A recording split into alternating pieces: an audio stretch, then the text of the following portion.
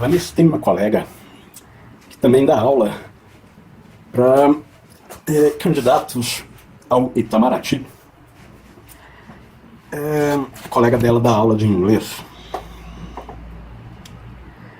e estava contando um caso de um aluno que é assim bastante ilustrativo. Vocês vão ver o que eu estou falando. O sujeito escreve lá uma frase, algo assim: a política externa está preparada para não sei o quê. E ela corrige ele. Você não deve dizer que a política externa está preparada, usando tal verbo que ele usava, porque isso aqui dá a entender que a política externa é alguém que se preparou. Por isso, você não deve dizer, né? Pelo menos não com esse termo. O cara vira e responde: isso que você está me dizendo é inútil, porque eu não vou conseguir decorar. Meu Deus do céu. O cara pretende fazer o concurso do Itamaraty sendo burro, que nem a criançada que está aí, repetindo o que decorou quando ouviu lá no YouTube, no TikTok. Sabe, papagaio de pirata, né? Quando tem eleição, eles aparecem por todos os lados. Então, claro que vocês sabem. Perceba, o sujeito primeiro vem dizer o que a professora que dá aula para candidatos a diplomata está dizendo algo inútil.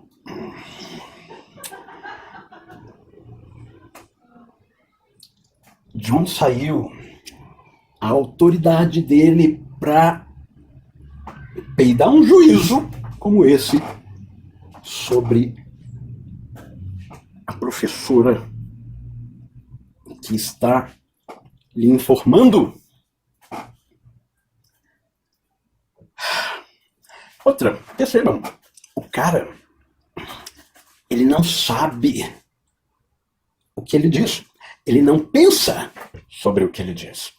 Ela está dizendo a ele: a política externa não é uma pessoa que se prepara, por isso este verbo está incorreto.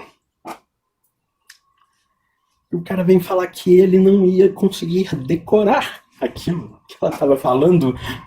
Gente, era só gravar e ficar ouvindo 1000 vezes, como ele deve fazer com o lixo que ele deve consumir por aí, até decorar. E de fato, é disso que se trata, porque esse tipo de discurso, esse tipo de fala, não é só dele, não é exclusivo dele, não é mesmo? Eu tive um aluno de engenharia de produção, quando eu dava tópicos especiais em ética, não sei menos o que, para esse pessoal, nível superior. O curso inteiro tinha como base, como cenário, como estrutura, Marx. Eu sou marxista. Vou falar de ética como se eu fosse um hegeliano, um aristotélico, qualquer outra coisa. Eu posso falar de como as coisas se passam com Aristóteles, o Epicuro, o Hegel, etc. Mas quem me deu norte para pensar as coisas foi o Marx. Aliás, ninguém como Marx para te tirar das nuvens que um curso de filosofia normalmente joga os graduandos, de forma que eles saem diplomados, mais ou menos como entraram, calouros, perdidos. E aí você vai conversar com um deles e é aquele negócio parecendo uma colcha de retalhos. Porque fulano disse tal coisa e o ciclano disse outra, né? Parece um jornalismo, né? Assim, alguma coisa assim. Né? Porque como dizia não sei quem, os caras, eles não param para pensar as coisas. Eles simplesmente pegam as frases de Orkut dos filósofos, costuram de qualquer jeito, de acordo lá com a conveniência, etc. E acha que isso é filosofia. Eu entendo, porque o curso de filosofia realmente forma gente assim. E isso não é casual. Os cursos de filosofia não estão aí exatamente para, né, formar gente que pensa.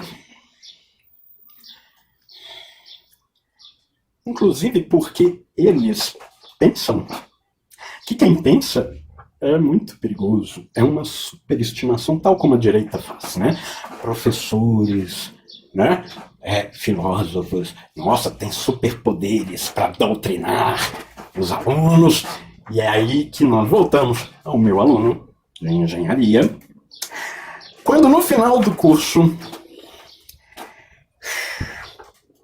eu entrego trechos selecionados, 4 páginas, né, de 1 a 4, dos manuscritos de 44.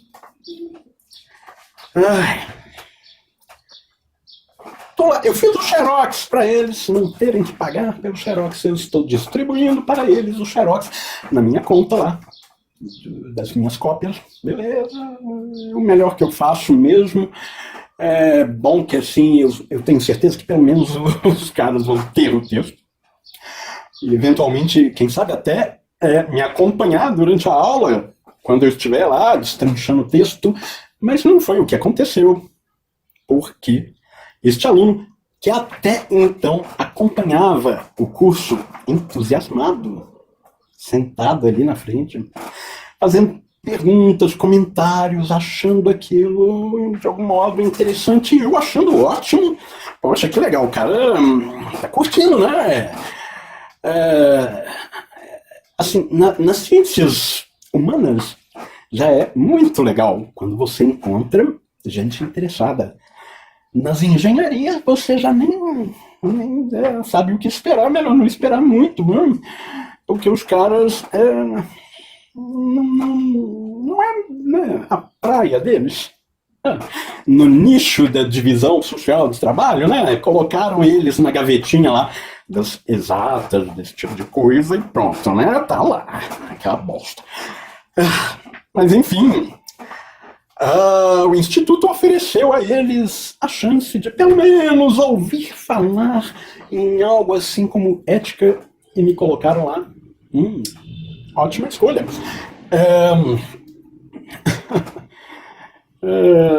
Depois eu conto quem é o professor de ética do curso de mecânica. Ele é engenheiro. E o que ele passa para os alunos. Eu vou poupar vocês disso, por enquanto. Mas enfim, distribuindo o texto pro pessoal, o cara olha e tá lá escrito Karl Marx. E ele dá um escândalo na minha aula. Mas como assim, Marx? Marx era um vagabundo, Marx não tem nada mais a nos dizer. Eu já falei disso no Facebook, né? É curioso como alguém que não tem nada mais a nos dizer é tão citado hoje. É curioso como se fala tanto em alguém que não tem nada a nos dizer mais. Pois é. O problema do Marx é que ele não forma calouros de filosofia que ficam aí costurando Orkut de filósofo, fazendo pesquisas mirabolantes, né? Olha que na filosofia as coisas ainda são muito melhores ou menos piores do que na história, na psicologia, na comunicação, nas ciências sociais, sociologia, ciência política, antropologia, enfim. Vou poupar vocês disso, até porque eu já falei disso por aí também. Vocês já sabem. Saca a teoria da literatura? Tudo bem, é lá na letras, mas é tipo aquilo. Aquilo o quê? Sabe aquela filósofa Djamila Ribeiro? Ou então Leandro Carnal? É pior. Por isso que esses dois ainda conseguem ganhar algum dinheiro, né? Eles conseguem ser um pouco menos aquilo que a universidade ensina. Se é que uma universidade ensina. Mas enfim. Então, o cara começa a falar essas coisas e o discurso dele já está todo pronto na minha cabeça. Eu já sabia até as vírgulas que o cara ia dizer.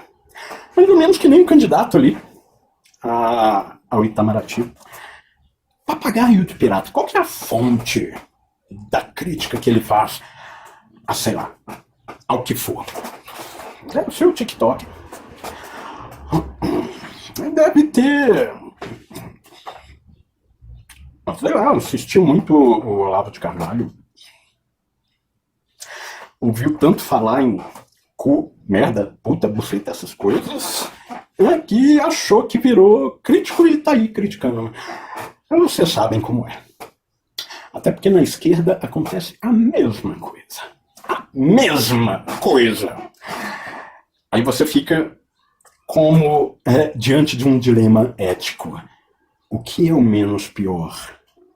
A diferença é que no dilema ético... Dilema ético, o seu tá na reta e você deve saber responder no tempo preciso qual a menos pior coisa a se fazer. E depois, né, se vira com o que você escolheu e fez. E se vira na hora de justificar isso para os outros também, né? Bom, fosse fácil, a gente não estaria, né, falando de ética, dessas coisas, dando aula e tal e tudo. Aí de repente está lá o cara querendo me dar aula de Marx. Porque no livro do Marx... Qual livro? O cara achava que havia o livro do Marx. Tipo, né? Olavo de Carvalho falando do Decálogo de Lenin. Qual a primeira coisa que se deve perguntar, ou se devia perguntar, se as pessoas que estivessem ali fossem inteligentes e se ele ainda fumasse? Em qual livro Lenin escreveu esse decálogo?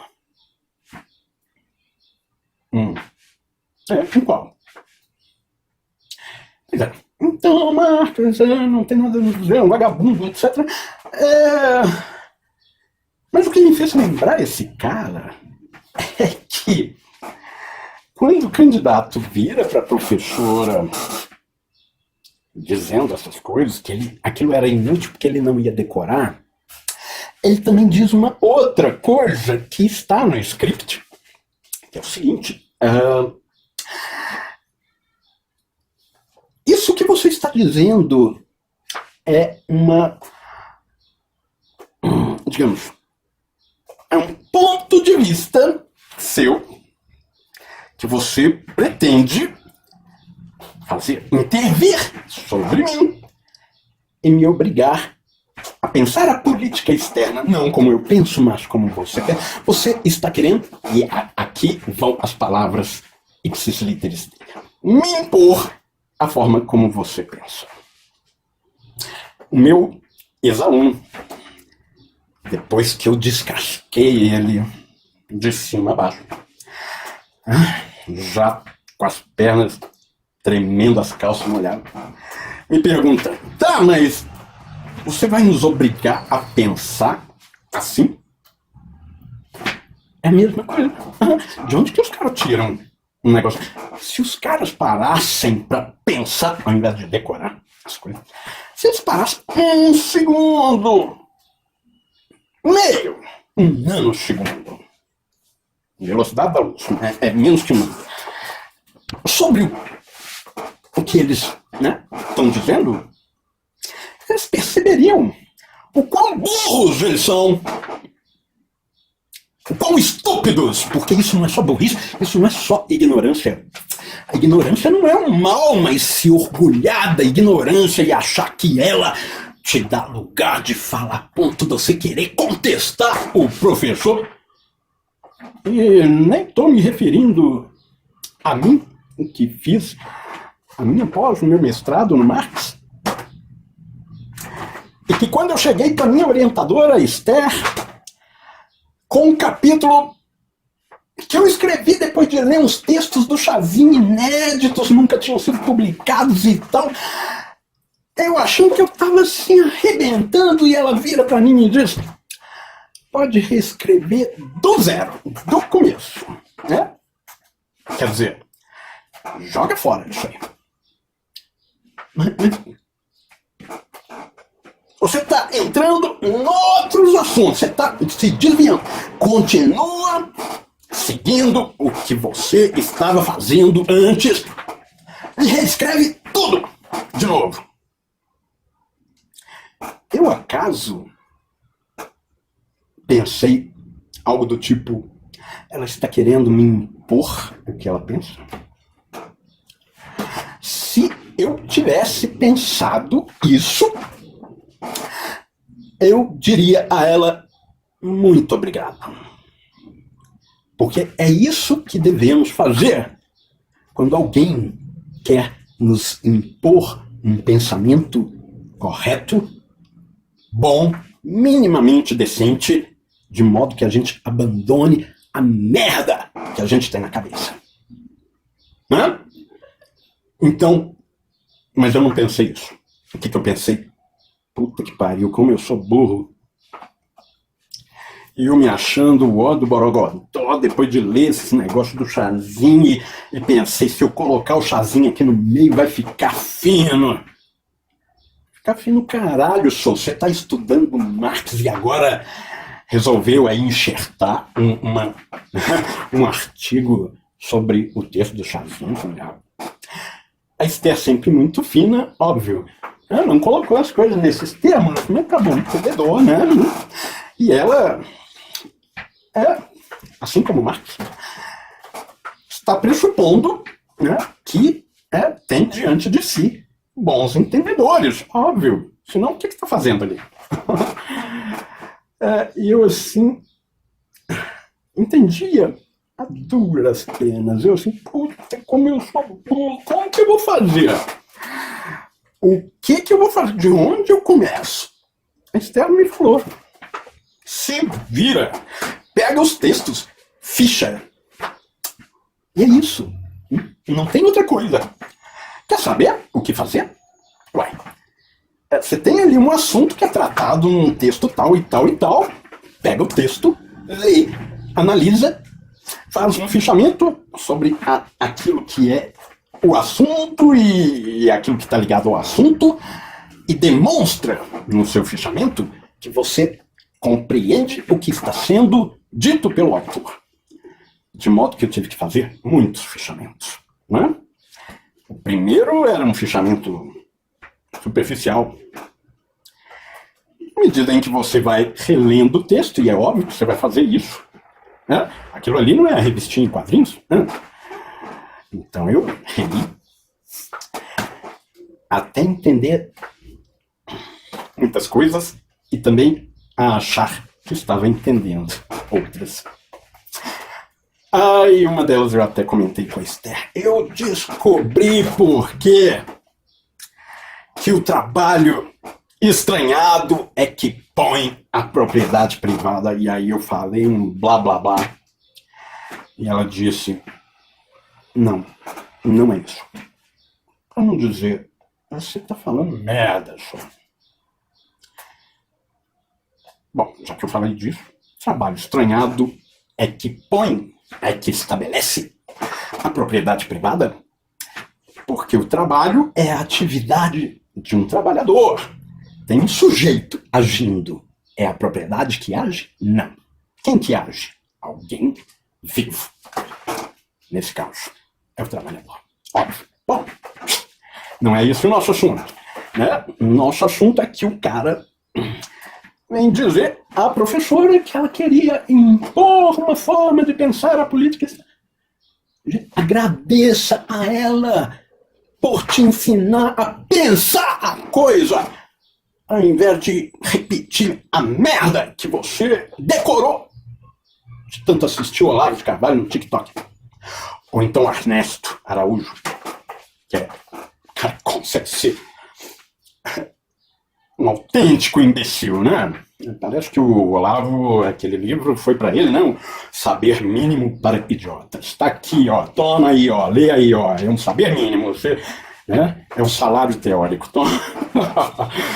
Como que aquele cara virou chanceler no Itamaraty? Será que foi na ditadura? Não vem o caso. O caso é que hoje Ernesto não entra no Itamaraty. Então é melhor você não procurar se informar de política externa e outras coisas com esse chanceler, Ernesto, não é mesmo? Enfim, muito menos com um astrólogo que mantém um silêncio absoluto sobre o tal do vídeo do Bolsonaro aí, que os bolsonaristas vão assistir e ficar assim, o que tem? Afinal, esperar que a ficha de alguém que não tem ficha vá cair é querer demais. Bom, o animal estava lá na minha sala de aula, porque não bastava ser aluno de engenharia. Desculpa, pessoal, nada pessoal. Vem me perguntar se eu iria obrigar ele a pensar como eu. Como que faz isso? Estranho. Será que o professor tem mesmo esse superpoder? Será que o Gramsci, Antônio Gramsci, conseguiu lavar o cérebro das pessoas no mundo inteiro estando dentro de uma jaula? Num presídio tosco na Itália? Pô, eu quero ser intelectual, né? Esse povo...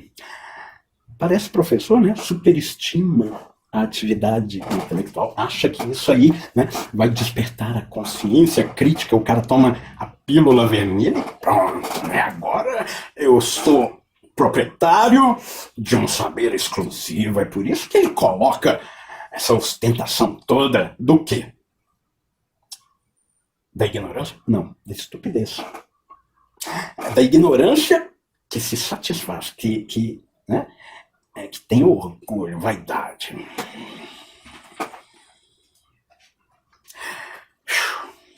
E o cara lá ainda me falando, e eu achando que a gente ia ter aula de ética empresarial. Velho, esse povo é bom de decorar as coisas, hein? Podia ter sido Aedo, Rapsodo, na Grécia Antiga, cantando de cidade em cidade a Ilíada inteira antes que ela tivesse sido escrita, porque era assim que a Ilíada e a Odisseia eram transmitidas, era de cor. Aí o Homero põe no papel. E o Platão fala, essa tecnologia aí de colocar no papel vai acabar com a nossa capacidade mnemônica. Hoje, agora que nós temos esse aparelhinho aqui, onde está a nossa capacidade mnemônica? Onde estou eu? Aqui. aqui já não tem nada, né? Aqui, mas não tem quase nada, tá tudo aqui, ó. Tá tudo lá na nuvem, ou seja, no computador de alguém. De modo que vocês veem, quando esses caras ficam decorando essas merdas, e são muitos, e eu já conheço esse discurso de cabo a rabo, quando a Vanessa veio me falar do cara, você tá querendo me impor, nossa, igualzinho o outro, que é igualzinho a horda inteira, tá querendo né, me doutrinar. Meu velho, eu não sou padre. Eu não te coloco pra chupar a minha piroca debaixo da minha batina, como você faz no domingo. E não acha ruim, né? Porque aí essa doutrinação se gosta. Né? É saborosa. A minha aqui não, a minha é abstrata, né? Eu tô aqui falando, eu tô aqui te obrigando a pensar como eu. Que coisa incrível. Eu não sabia que eu tinha essa capacidade de lavar o cérebro do sujeito até ficar brilhando, que nem um diamante, assim. E o cara acha ruim. Ora, se eu estou te impondo a pensar como eu, o que em si é uma ideia estúpida e que mostra o quanto você é um estúpido, você devia me agradecer. Estou te ensinando a pensar o que deve se pensar. Você acha que eu penso o que eu penso porque sou eu que penso? Porque eu gosto de pensar assim? Se eu gosto de pensar assim, é porque esse pensamento é o melhor que eu conheço. A hora que eu me deparar com coisa melhor, aí posso até ter alguma resistência aí no começo, né? Não, eu não quero acreditar. Mas vai. Para começo de conversa, os nossos pensamentos não são nossos, eles são linguagem, cultura, eles estão aí no ar. E não é à toa que tem tanta gente pensando a mesma coisa, de tal modo que você já sabe até o passo a passo que ele vai percorrer na crítica que ele faz, a refutação que ele faz do Marx, ou seja, que nada tem a nos dizer. No entanto, é preciso refutar todo dia.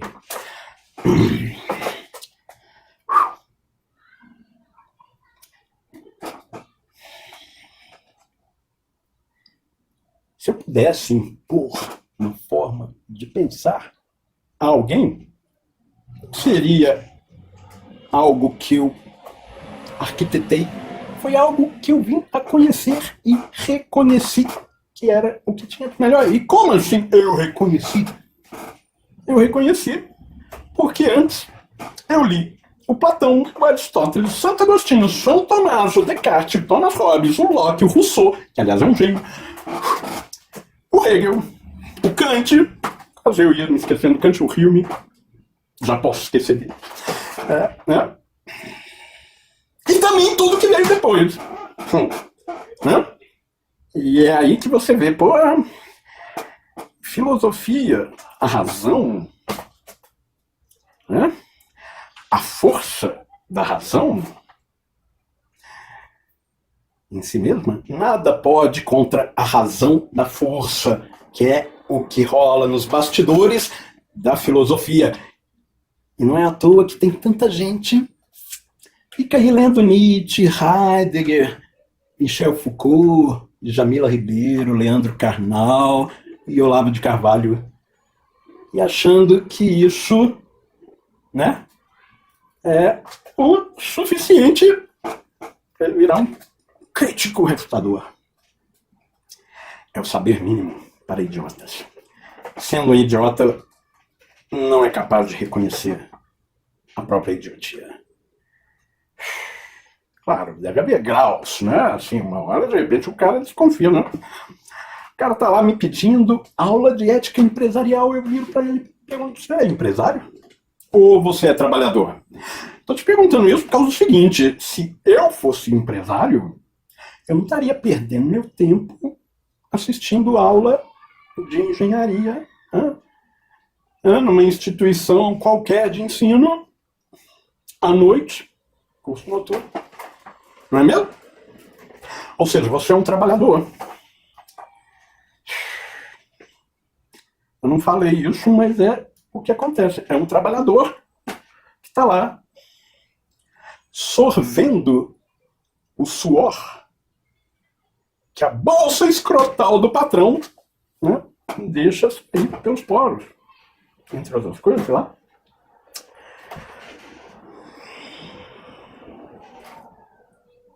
Então, um negócio. O lumpen, o pequeno burguês, são trabalhadores. Mas como eles estão aí para chupar as bolas do patrão do burguês, eles se fazem piores que o burguês.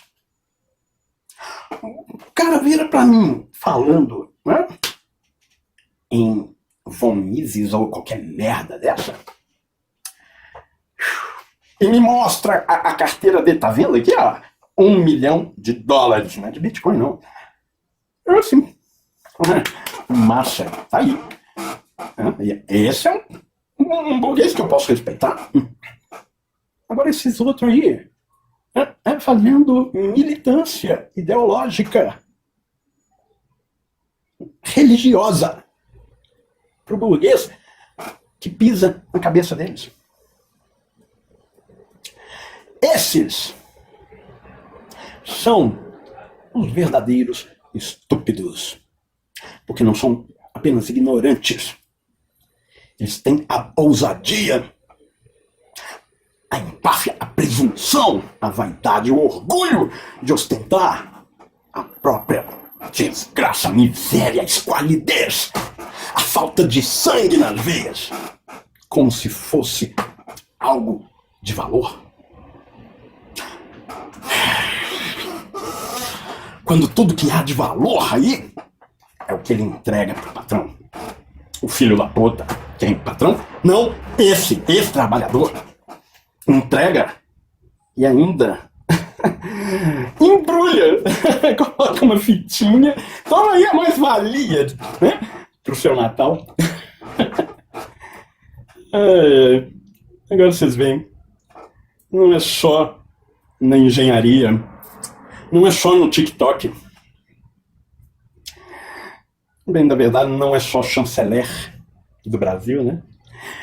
É candidato à diplomacia desse país. Ainda bem que a única coisa, em termos, digamos assim, de ameaça que nós temos a nos preocupar são os americanos entrando na Amazônia e tomando. Mas como o exército brasileiro, na época do Bolsonaro, já treinou os militares americanos no solo da Amazônia, então foda-se a diplomacia, põe qualquer merda aí mesmo, foda-se.